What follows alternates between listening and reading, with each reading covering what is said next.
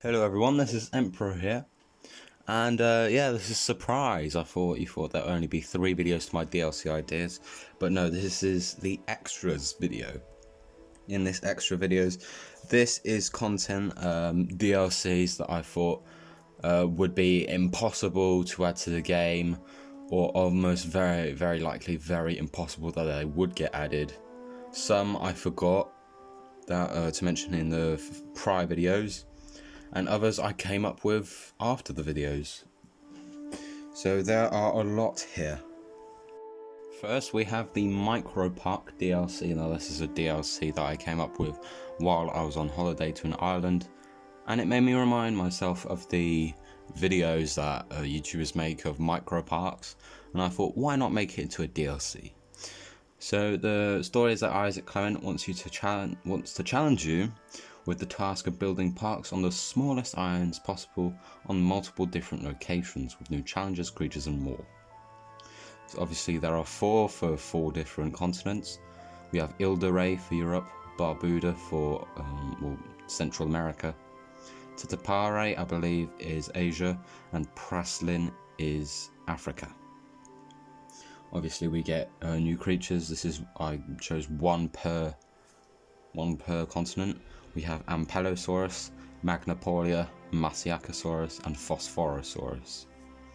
For new buildings and decorations we have new banners based upon their locations, more placeable trees and rocks because why not. The airport and airfield will be a new form of entrance into your park where your guests would arrive, like a new arrival point, and the Bone Museum would be a placeable attraction for your guests. Now obviously I've made more DLC packs. Some were already made, but I thought no, that's impossible, they won't add this to the game, this is so unlikely.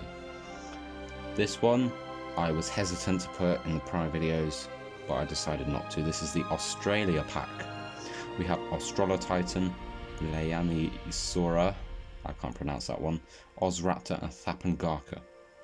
No marine reptile for this one, but Thapangaka for pterosaur, since there aren't many in Australia.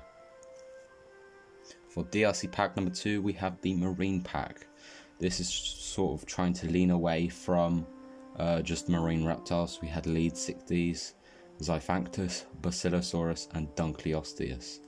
Now this may come into conflict the species with other DLCs down the line. I will only say that for now. For DLC pack number 3 are the Crocodilian pack, which I think they should add ability to make deeper water. Just why not? We have Deinosuchus, Sarcosuchus, Porosaurus and Caprosuchus, all very big animals from the past. We have the Paleozoic pack. We have Inostronsvia, Edaphosaurus, Dictodon and Eriops. Now I've added a Paleozoic pack because what I have next is the Paleozoic expansion DLC. A lot of people want a Paleozoic DLC for Jurassic World Evolution 2, and this is my take on it. The story is that Dr. Kajal Dur wants to explore more ways of cloning extinct life. But why just stop at dinosaurs? Why not go a bit further in time and bring back what came before the dinosaurs? Get ready for the Paleozoic era. So we have 2 new maps. We have the Florida Research Facility and India West. Both of these could sort of replicate the Permian environment of the past. 4 new species we have Scutosaurus, Gorgonops, Dunkleosteus, Meganeura and Moscops. Meganeura, the giant dragonfly, will be in the aviary and, well, it will be eaten by other pterosaurs. For new buildings and attractions, we have the Reptilian Incubation Center or Incubation Lab, the Insectoid Module for incubation in the Aviary Hatchery, log, wood and stone fences like the ones in Prehistoric Park, just to give it a more Paleozoic-esque vibe. And for new preset amenities which are back, they return from the previous videos, we have the Cambrian Cabins, which are new accommodation that could attach to fences, and basically the windows look out at the creatures of the Paleozoic. Permian pastries, well, that's just a preset amenity. And for other things, we have the high-hide viewing tree. So just like from the Lost World, except this, instead of being for safety, it will be, you have a tree with the high-hide on it, you place it down, and this is a new sort of, was a big old viewing platform with the high-hide, just a cool nod to the Lost World. We have the auto-lure and avoidance or deterrent system, both things from JPOG, to make your creatures come here or go away. For new brushes, we have deep water. Like I said earlier, we should have the ability to make deeper water, as for the crocodilians and the Paleozoic species. Paleozoic plant brushes, I don't really know any Paleozoic plant brushes, but since there are a few herbivores in the pack and this one, best included. And obviously more rocks, because the Paleozoic was full of rocks. DLC pack number 2, you knew this one was coming, the Cenozoic pack 1 and 2. In the first one we have Megalania, Titanoboa, Glyptodon and Kelenkin, all requested Cenozoic species for Jurassic World Evolution 2.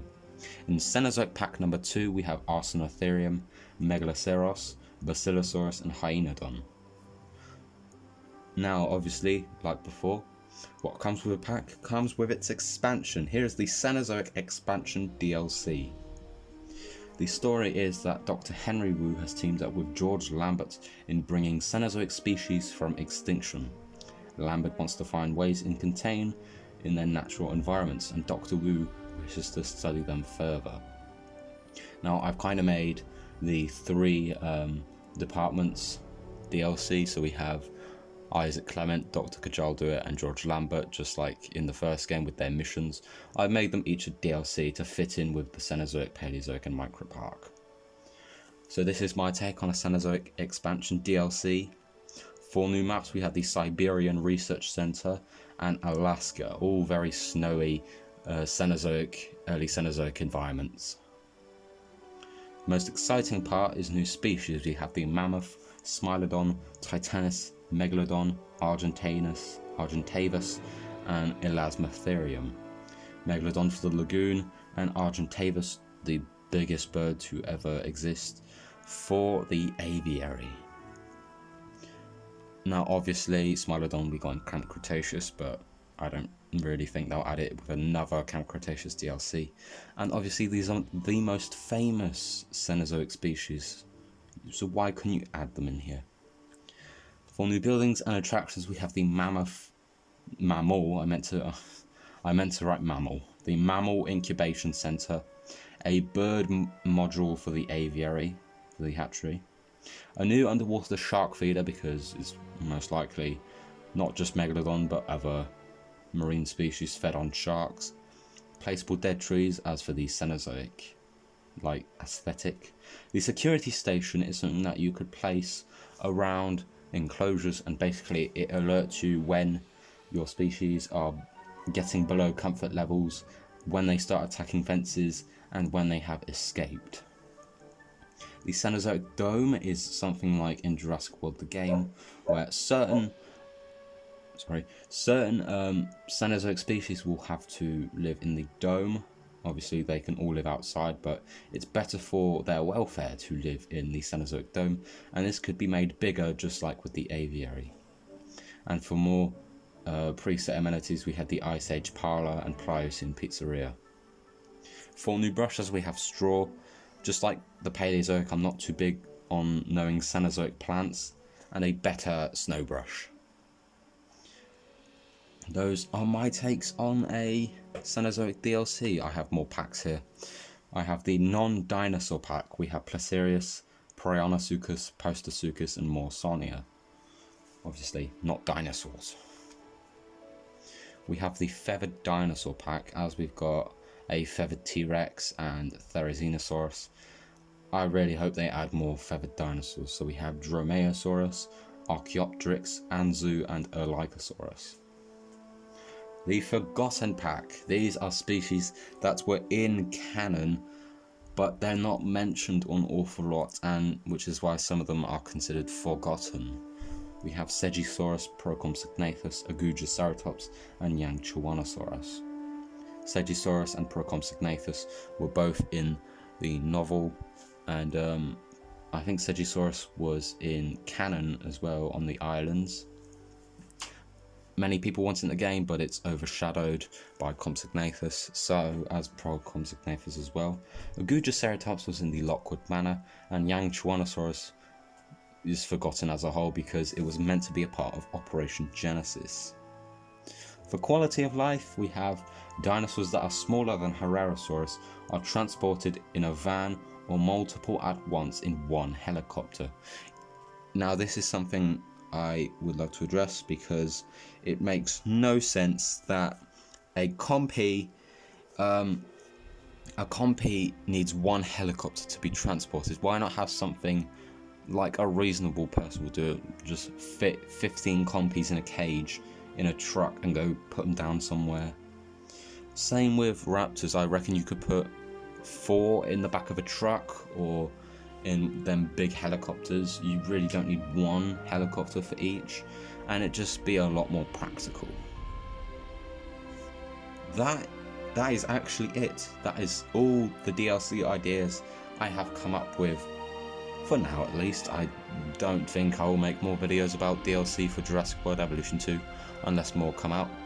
But one last thing I'd like to address is that hypothetically and impossibly, if all of this DLC here and the ones from all 3 previous videos were added, I reckon this could support the game for up to 5 years.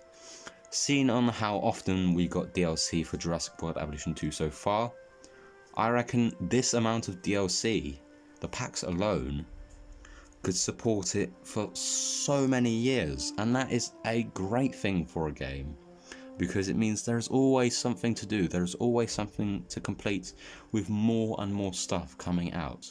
Now inevitably this will mean there won't be a sequel, but I don't think that's too bad of a thing when you've got everything already and there's always something to do, always something to complete, always new parks to make with new things. And that's amazing for a game when there is always something to do and it does not lose your interest. And that's kind of something that happened with the first game until we got mods. And that is actually it. I say that now, that is actually all the DLC I have come up with for this game. I do hope you liked this video, and goodbye everyone.